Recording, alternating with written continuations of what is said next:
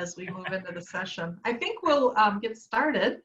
We've got a good consensus of folks showing up here, and I'm sure folks will come in also as they arrive. I'll keep an eye out.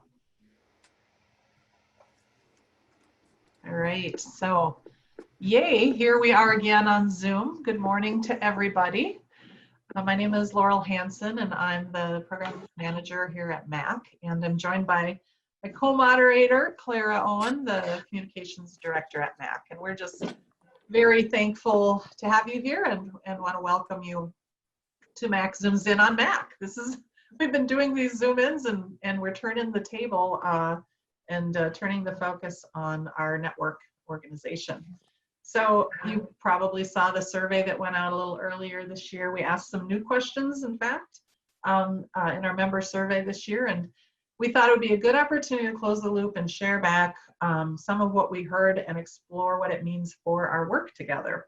As I mentioned, we've been Zooming a lot. This Zoom continues the series of sessions where we're bringing members together. We started doing this during the COVID crisis, and we've been really wanting to listen to our members and convene them around the issues that matter to them most. We've had some fascinating Zoom discussions, some great convenings, and we do them because even though all of MACC member organizations have a distinct voice in the community, our network is united in the belief that we have a greater impact when we collaborate and connect with each other, and that helps us achieve greater equity for those that we serve.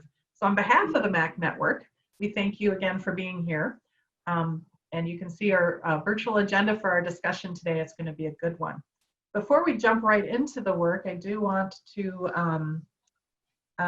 talk a little bit about some cool online features that we have brought to you that have been sort of an outcome of this Zoom time we've been spending together. And Clara, kudos to Clara for the great work that she's done to develop these tools.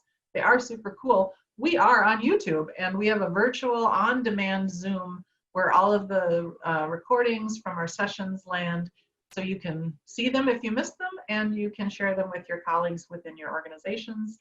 That information is there for you, so that is terrific. As I said, we're always listening to and trying to find out what you want to Zoom about, and to that end, there's a virtual post-it wall, which is something new and something really cool, where at any point you can leave an idea or a comment on a post-it note virtually on the post-it wall. So please use those, please visit them, check them out. We want to know what you think. And you'll get links to those every time after we Zoom. We send you an e-goodie bag email with those links in them. So hope you use them and hope you enjoy them. So before we jump in, everyone's been Zooming so much. Oh, we're going to quickly recognize all of you who are on the call today. Look at all those amazing member organizations joining us today. I'm so thrilled to have your participation. In the interest of time, we won't do it right now, a full introductory circle, but take a look at who's on the call, who's registered for today's call. And also, we welcome you to introduce yourself in chat. Maybe you haven't been on a Zoom with us before. Let us know you're here. You can pop any comment or introduction or question into the Zoom chat window at any time. So thank you again for being here. So you know Zoom, you've been Zooming a lot now over the last 6+ months. We all live on Zoom now, right? But we just want to remind you again, I mentioned that chat window. It's there for you to use.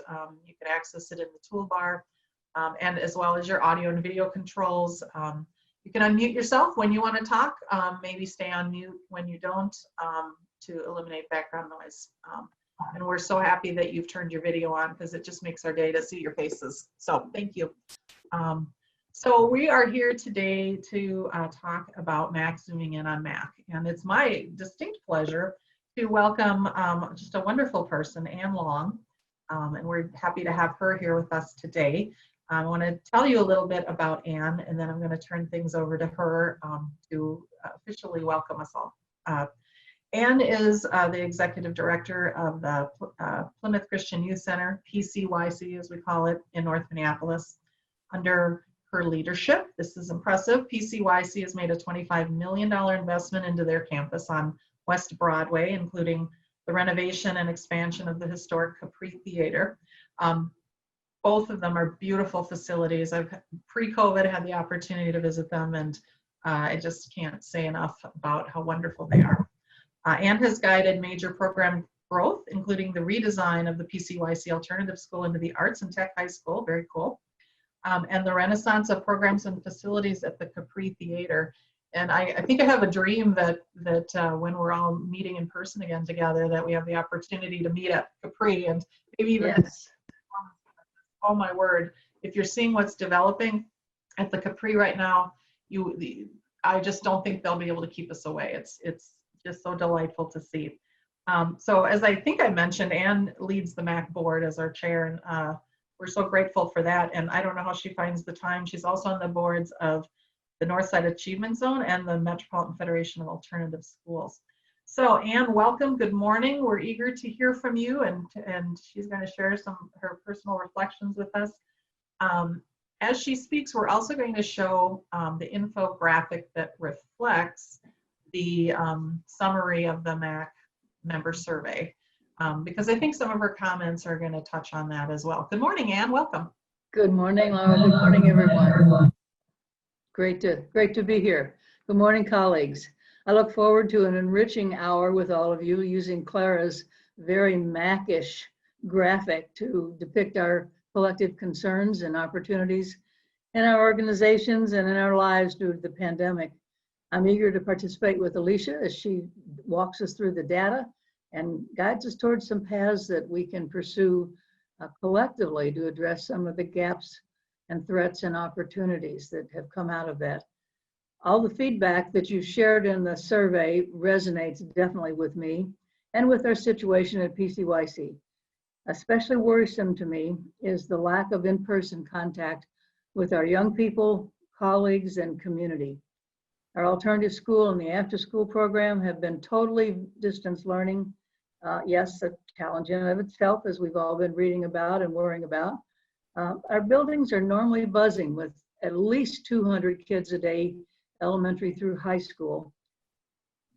But they've been silent for 9 months, almost to the day now, actually. I worry about the long-term effects of this unnatural situation on us all, but especially on our disenfranchised learners. It just doesn't feel right, and we look forward to having something change in the future. But added to that is another disquieting contrast on our campus. Laurel, you mentioned the Capri Theater. The one part of our campus is eerily quiet. Just right next to it is just the opposite, which is odd. Construction on the Capri Theater renovation and expansion project has continued almost as if there was no pandemic to grapple with. Every day is filled with trucks and equipment coming and going and workers doing their jobs and carrying out their assignments, and thankfully steady progress toward completion of the project later this fall. And yes, it will be wonderful to welcome everyone over once we can get back together. I imagine that all of you have had some kind of experience of this, of the dissonance in your world as well. Things are okay in one part, but they're not okay in another. And then it switches and it's never certain. So all of this is uncomfortable, certainly to me, I imagine to you. And my challenge, in the words of Gary Burnison of Korn Ferry, whom I love to read his wisdom during the pandemic, is that we all are working to be more comfortable with being uncomfortable. Let me say that again. We're working to be more comfortable with being uncomfortable. At least I am. And that means that if we are more comfortable being uncomfortable, we can make better decisions in our world where there are so few certainties. So today's session, I think, is going to help put just a little bit of certainty, or at least some clarity in my thinking. And I hope to get some help from all of you in our time together today. So welcome again, and let's get going. Thank you, Anne. I feel comforted just by hearing you say that it helps to be together to talk about these challenges, and I know we don't all need permission to feel uncomfortable, but we all try so hard to be confident leaders, and it is comforting to be together with all of you today. Thank you for sharing your personal reflection, and you're such a wise leader and just a lovely person. So thank you, Anne. We appreciate you so much. And as Clara mentioned in the chat, you can access the infographic from that link. You also have received it in an email, and we'll get it again in the e-goodie bag. And encourage you to walk through that to really, I love how the visual graphic can tie together the information in such a great way to digest that knowledge. So definitely check that out. Next, we're going to pivot to really digging into the survey data and have a conversation collectively about it. And I'm thrilled that we're joined by my colleague at MACC, Alicia Ranney, the Vice President of MACC Client Data and Evaluation. She's going to guide us through her learnings from what she saw in the survey, and pose a question or two to us so we can talk about it a little bit and what it means for moving forward together as a network. We're lucky to have her guide us. She's a really humble but accomplished leader. I'll tell you a little bit about Alicia. She at MACC collaborates with member organizations to design strategy for client data management and evaluation needs. The client data group at MACC is really robust, and organizations are very engaged in work with Alicia and her team. She holds a master's degree from Washington University in St. Louis. And I'm going to, at this point, turn it over to her to lead us through this exploration. And she's going to share her screen and present some info with us. Good morning, Alicia. Good morning. How is everyone? Thank you for that kind introduction, Laurel. Good. How is my sound? Do I sound okay? Is everybody? Sometimes I fade out. Good. All right. So I appreciate, thank you so much, Anne, for introducing this important topic and sharing a little bit of your thoughts around sort of what popped out for you. I'm going to dig in a little bit into just like the data and just share back some of the pieces of that and how that sort of came out of the survey. And then we'll pivot after about 10 minutes here into some small group discussion where hopefully you all can discuss a little bit more about sort of what sort of gaps or challenges you're seeing in terms of these results. So and I'm going to go ahead and share my screen here, and let's see.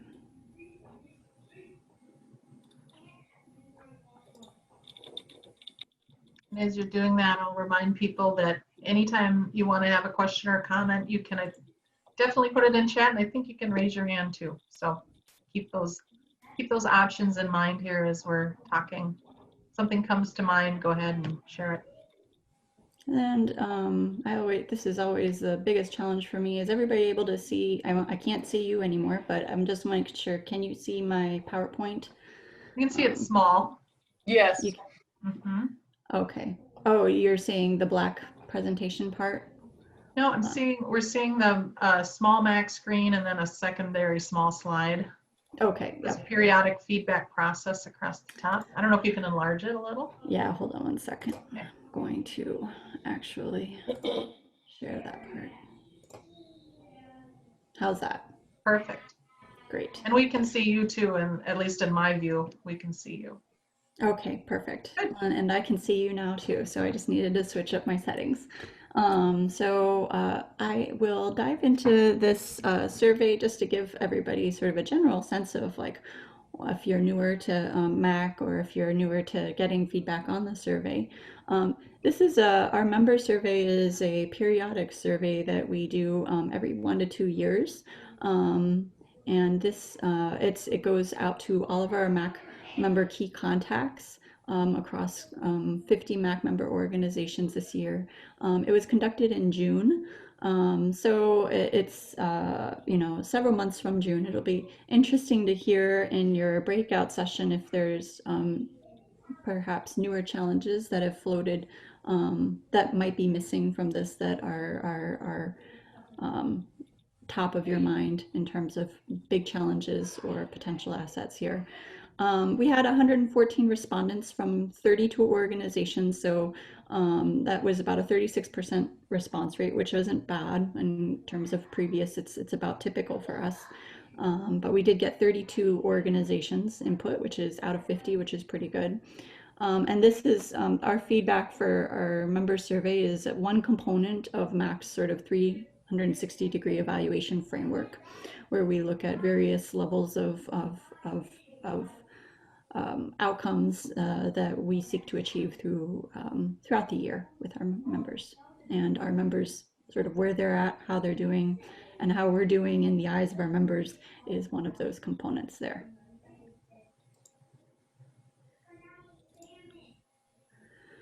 What I'm going to speak to today is the part of the survey that got to our questions around what are our members' greatest challenges and assets. And these were open-ended questions, if you can remember, related to members' challenges and assets. And you all shared, if you took the survey, everybody spent some time providing some insights. I mean, this isn't qualitative and data analysis is a challenge. It takes a long time to do, and we definitely, I think, had our work cut out for us because people left us paragraphs of feedback. When I get into our sort of the summary of results here, oftentimes people would name about 3 or 4 issues in a single paragraph, and I tried to be diligent on that and sort of make sure we were taking note of those different types of challenges that were shared back with us. And the members' greatest challenges that we did hear back from, and that you probably saw in Clara's infographic, were challenges related to COVID, financial stability, and addressing inequities and racial injustice. Assets that members highlighted and that came across loud and clear were just their management and staff, the community relationships they had, and the financial position that they were in prior to COVID that really kept them afloat during this time. When we dig into member challenges around COVID-related topics, they kind of subcategorize them into a couple of the top 2 areas, where maintaining a safe workplace and continuity of operations. So how do you keep your programming and provide programming in a safe way and make sure that your staff have enough PPE? There's a lot of shifts that happened in moving to remote work or changing programs or shifting your processes and your programs and your interactions with your participants so that you can sort of maintain sort of a safe workplace, and that had an impact on your continuity of operations. Some programs had to shut down completely, and so that was a challenge and a concern back in June. And I would say, from at least my interactions with a lot of our members today through our data department, I think that continues to be a concern, although many have shifted and have been able to sort of figure out new ways to work with their participants and communities. Financial stability was named as another top challenge that folks were facing, namely around budgeting, fundraising, and financial uncertainty. 2020 has been the year of complete uncertainty, but wanting to know what sort of what sort of things to expect in continued funding for support. Here I have an example of a couple of responses around shelter, maintaining funding for shelter locations for at hotels, and having uncertainty around future funding from local, state, or the government, and also coming into budget season. I'm sure some of you who are going into budget season right now, just understanding how to predict what next year might be like. Lastly, the other third top priority that came up loud and clear was just addressing inequities and racial injustice. And I'm sure many of you know, after spending a summer in the Twin Cities here, that this is top of mind for many of our organizations. And there's questions around how do we build trust with the community, how do we dismantle systemic racism within our organization, and how do we prioritize equity inclusion into our work. There's a lot of questions coming up, but wanting to tackle these areas and seeing that as something that we should focus on. This is a tree map, so I kind of was very qualitative in my previous slides, just giving you the top 3, but I'll just walk you through sort of my tree map here. This is how I coded the different types of responses. So the big orange block here, and I apologize, I know it's kind of small and tiny. My statistical software here just puts these right out, and it's hard for me to, I cannot make the font size any bigger. But you can see here how we categorize the responses and what came out of the survey in terms of orange is COVID-related areas, the gray is financial stability, blue is addressing inequities and racism. And then there are some other additional responses that came out as concerns around the worsening economic crisis. How do we respond in general? Well, it was like a question that several folks are just like, I'm not quite sure. How do I respond to everything that's happening? Some concerns around staff morale. And number 2, I believe, is maintaining community connections. Alicia, can I ask a quick question? Yes. And we'll have just a few more minutes with you, but will we be able to share this slide with in the e-goodie bag? Absolutely, yes. Because yeah, you're right. It's hard to read the little print for old eyes. Yeah. Like mine. Oh, mine too. I know it because I've built it. It's hard for me to see it. Awesome. Even Thanks on my for sharing. screen. Assets. So we didn't just focus on the challenges, but we really wanted to understand sort of where our members found their greatest assets. And what stood out for me loud and clear was the management and staff that really helped pull things through this last 6 to 9 months of challenges. And so that was a top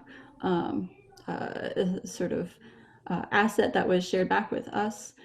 Just having the staff who are willing to sort of roll up their sleeves, be creative, be flexible, and sort of, roll with the punches of 2020. Community relationships and sort of the existing relationships that you've had in the community is also coming out as a huge asset. And those came from either existing relationships with, your general community, your neighbors, your participants, but also sort of the institutions around that and your partners in terms of how you can lean on them and sort of put your heads together in working on that. MACC was included in a few of those as well. Lastly, financial position. So several members shared sort of that their strong position, having reserves, having good discipline, sort of knowing their budget in advance really helped them stay afloat through such a tumultuous year. So that was the third sort of top asset that was shared back. And this is that tree map here around that. So you can see assets here in brown are the management staff, and the keywords that came out a ton were I just really these are dedicated, committed, collaborative, creative, adaptable, were several common themes that came out of what has made our management staff such a key asset to members. Community relationships was the third gray area. Financial position was here in the red, with subcategories around having owning your own building, the volunteers, and the PPP funds that came through mid-year. And some additional assets here that were that I didn't name, but there is specific approach to work, experience already with working through crises, having access to PPE, having resources to meet needs, being action oriented, and just like an increased demand for services as being an asset here. We didn't just ask about our members, though. We also asked our members to reflect on the community. Oh, before I get to that, I wanted to give you just like the side by side of what this is. So here we have our challenges next to our assets here. I'll give you a chance to kind of look at this and if you want to screenshot it now, I'm going to see if I can give Laura a link right in between so we can kind of put this in chat in a minute so you can sort of reflect on these slides here for your discussions. But we have you know, these are the challenges and what gaps might you see those assets might not fulfill, and what do we do with that? So that's going to be part of our breakout question. But we're gonna need to move into the breakout soon, so that'll be really helpful to Yes. be able to consider that. Yes, and this is going to be my last slide, so don't worry, Laurel. So overview of community challenges and assets. I'm not going to go into the details with those, but I just did want to sort of share back sort of similarly to organizational challenges. And this should all sound very familiar and not surprising, is that all of the challenges that our communities are facing are similar in terms of COVID-related job loss, having access to programs and services, the shift in distance learning and education in schools for families, having access to health and healthcare, and maintaining that community connection when we're oftentimes isolated at home. White supremacy and racism also stood out as a challenge that our communities are facing, along with food insecurity and housing and immigration policies. Assets here, you can see there several assets there that were listed and kind of across the board. So I want to end here with a question for you, and then we're going to go into some breakouts. But our big question here for you to consider and talk about within your breakouts are what gaps remain. Are there challenges our organizations and communities don't have the tools and assets to meet? And then if you're like me and you go right into problem solving, it's you know, a good portion of our population do that when we're met with challenges. What sort of assets would you think that we could come together and sort of work on as a network? Thank you, Alicia. So Claire is going to break us out so we can chat together in some small groups for about 15 minutes. And she's also going to share a link to a Google Doc so we can add some notes, because we are going to take a few minutes at the end of our session to share back, and it's always helpful to have notes. So if each group, as has been our process on Zooms, each group picks somebody to jot those notes down into that Google Doc so that when we come back, we've got that accessible to us. Sound good? You'll see the link to the Google Doc. You might want to click on that now to open that up on your desktop. We're going to talk about the question, which is also on the Google Doc. We just want to give you a reminder, when you get sent into a group, pay attention to your group number, because later on when we share back, we're going to say group 1, group 2, and you're going to want to know what group you are in. Thanks, Alicia, and Alicia will be with us through this as we talk about our conversations at the end as well. All right, breakout room instructions. Pay attention to that number as we get sent into those groups, and then we'll come back, like I said, in around 15 minutes. All right, so I'm gonna send you to breakout rooms momentarily. You'll see a little number pop up, and then on that shared document, each of the slides are numbered, so you can just find your group and put your notes in the slide for that group. All right, I'm sending you to your, oh, go ahead. Oh, I just want to say real quick that I just put the a link to that PowerPoint for the data portion right there in chat. So everybody should be able to click that and open up. Sounds good. All right, here we go. Let's chat.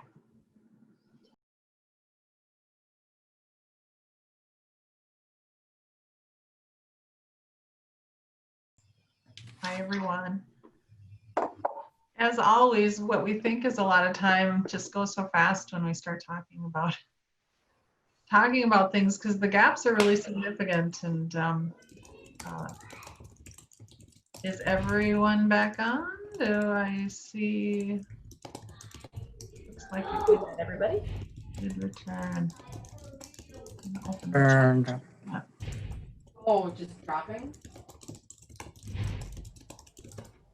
Well, thank you everyone for hanging in there and for taking the time to chat with other MACC colleagues and network members. And we have about 15 minutes left. I think we want to take about 10 of those minutes to do a little share back. Clara, how many groups were there? Oops, she's on mute. There ended up being 4 groups, I believe. 4 groups, awesome. So each group could take 2 to 3 minutes just to share back some highlights of the discussion. I was in group 1 and I can start for my group if they're willing to let me do so. The question we talked about, as everyone did, what gaps remain for our organizations and communities? Are there challenges we don't currently have the tools and assets to meet? Alicia, I don't want to jump in where I shouldn't, but should I go ahead and report back from group 1? Yeah, okay, and she's on mute right now too, so. I see her nodding. So my group was great. I'm sure all your groups were great, but I was in a group with Otis from Ujamaa, Rachel from Hallie Q. Brown, Margie from Eastside, who was juggling many balls simultaneously, but was still on with us, which is great, and Ann Long from PCYC. And we had the opportunity to hear from each organization who talked about the gaps, the serious gaps that they're facing. And Otis shared eloquently about how the employment gap has been made significantly greater during COVID. He talked about entry level and temporary work really not helping people move beyond, which just becomes then the wealth gap, and wages aren't getting people out of poverty. Of course, the housing shortage for affordable housing has been made especially hard during the pandemic. So they have big issues that they're dealing with, and needing to work collectively with the community to find solutions for those gaps.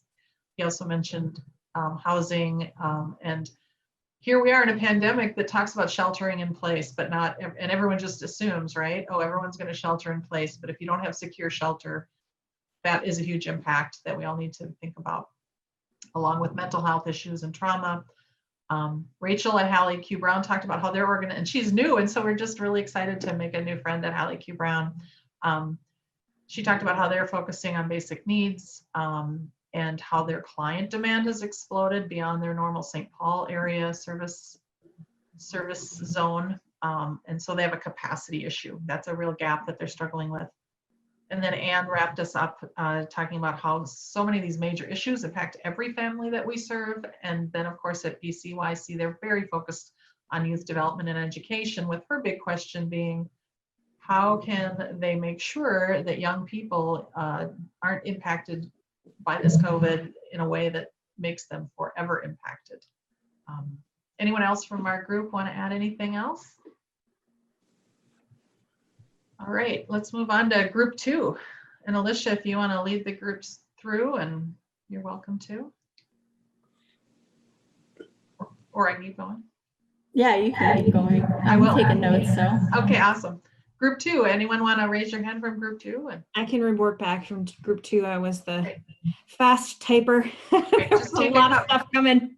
Just take a couple minutes. Hopefully I didn't go too long. Yeah, we had House of Charity, PCYC, and Sabathany in our group, and a couple things that stood out that are things that haven't already been said.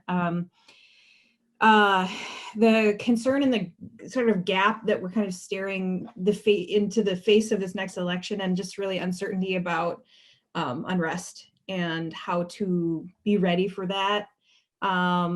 Also concern about how the trial, the Derek Chauvin trial is going to play out. Sabathany, Sherry talked about how they're continual community engagement and people concerned about safety, and just trying to be really engaged in community and through the whole process, just feeling like there could be a lot of other things coming ahead that we need to be ready for. So they also talked about some organizational stakeholders like banks and some foundations really being out of touch with reality. Maybe even, the example of a foundation asking a group of nonprofits how their planning for post-COVID was going, which, I mean, to me just made me laugh. Like, and the comment was, we're just trying to get through December, like post-COVID planning, what are you talking about? So just this idea that we probably have some community stakeholders that are really not connected with the reality of what's going on in communities and what nonprofits are experiencing, and just some concern about that. I think, and the other thing is just sort of how practiced everyone has gotten around responding to disasters, but also knowing that business continuity of operations is still a really big concern, because you just don't know what's going to happen next and how to be prepared for that next scenario that occurs. Thank you, Tricia. I'm glad that everyone's having these diverse conversations, because we're all bringing out different things to be thinking and working on. Okay, group 3. Any wave from group 3 that wants to share back? Anyone from group 3 willing to? Do we remember who was in group 3? Alicia, I think you took notes for us. Was that us? Okay, I couldn't remember if we were group 3 or 4. I am the worst at trying to remember which group I go into in these breakouts. I'm the queen of not knowing. Yes, I did take some notes, and we had Ann Bailey from Darts and Chris O'Dell from Eastside. I think Chris was out for that session, but we did have a great conversation with Ann, and she mentioned sort of a gap in the coming future, or just something that's they're more focused on right now, is thinking about that isolation piece of older adults, and not just the older adults, but also those who care for those folks as well, the respite care providers. And also other big gaps are around sort of wait list. The wait list was long after sort of the pulling back of programming immediately with COVID, and they're starting to get through that. But they're finding that their waiver clients are those who are without resources, are the ones that might be struggling the most. Moving into the next year, and probably 2022 as well, is thinking about funders who might be shifting their focus away from older adult programming and looking at other parts. So she shared sort of like moving forward, what sort of ways that what might be ways that we as a network can make it a both and. Obviously children and the changes that have happened with COVID around schools are important, but also making sure we're including older adults in that conversation as well as we're speaking publicly outward, and maybe thinking about ways that we can cross-pollinate what's working well for children or what's working well for older adults, and with utilizing technology and Zoom, could we share those ideas, and maybe there's ways that we can help sort of curb back some of that isolation that's happening there. Mm-hmm. I don't know if you want to share anything else, if I missed anything, Anne. Sounded good. Oh, I think you got it, Alicia. Thanks. Thanks for bringing that forward. I know a lot of our organizations too are serving that population. I know Eastside has very vital senior programs as well. And then the last group, anyone who chatted in the last group feel like sharing some of the conversation? I think it was group 4 maybe? Yeah, I was in group 4 with Mary and Maria Steffel. We have the unique perspective of being the ones that are in the office rather than the ones working remotely. Yeah, right. What your group came together with that in mind, huh? Well, we didn't just happen that way, I guess. We did talk about how we keep connected with other staff members and how difficult that's been to keep staff morale, to keep in touch with each other, mentioning things like impromptu picnics in a park as long as the weather holds. How have we been able to use technology, or where that has been a difficulty? with technology. I work at MACC, and that is a real benefit because we get to be the testers of all the new technology Right. that are in our with our IT clients, and so we've got great technology for connecting with staff members really quickly, and so that has not been as much of a burden for me. But that, you know, how do we do that? How do we keep in touch? How do we keep each other going through that? Because we obviously know that our members and our clients really depend on us. And so to keep ourselves on an even keel is both important and a challenge. Such a good point to bring up. And it's like, yes, there are things that are working, but there are still gaps. Yeah. Absolutely. Well, that's great. This has been a helpful listening session, and I'll talk a little bit more about kind of why we're listening and what we're trying to accomplish, but we're definitely trying to close the loop when we ask all of our members to respond to a survey as individuals and as from their membership point of view.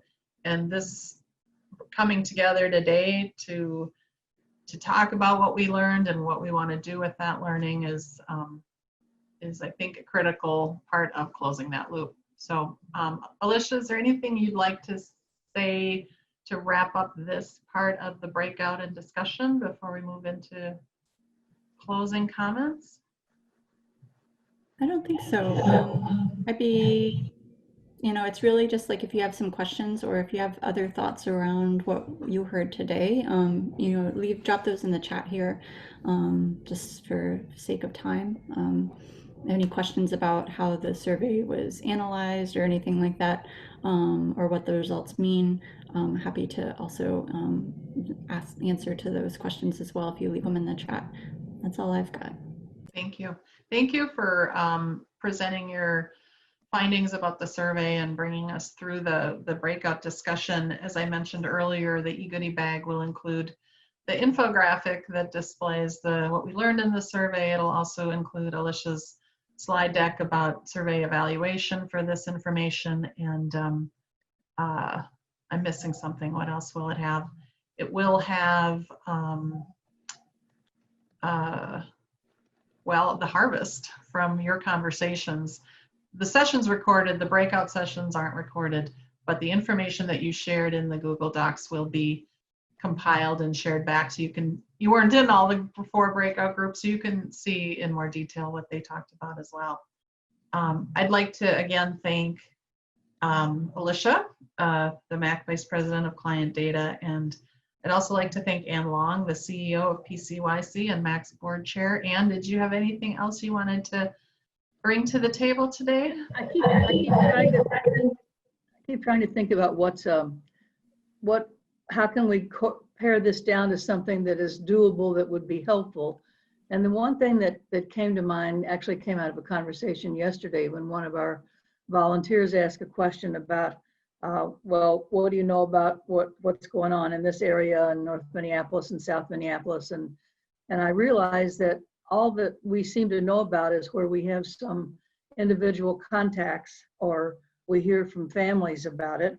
And it occurs to me that there's not an overall listing of resources that are available, at least not that I've seen anywhere. Occasionally the Star Trib will do it, like this morning lists of places that are going to have outdoor seating that are heated, but that might be something that MACC could put together, not as an absolute, but as an occasional gathering together, because I think you all probably have the best sightline into the variety of things that are available and where they are. So just a thought for something that we might do to help all of us quickly know where to refer people. Yeah, thanks, Ann. That's such a great practical suggestion. We know that this is a series of conversations that deal with long-term challenges and our network's strategic approach to this COVID era as well. Everything is in such a unique lens right now. So as we consider all of this information, the listening and sharing that we've done today, we'll use it as we prepare for MACC's annual summit, which, as you know, is our once a year large annual convening of our network. And We usually have that during the first quarter of every year. Of course, in the past, we've met in person, and this year we are developing a really unique virtual summit approach that you'll be hearing more about.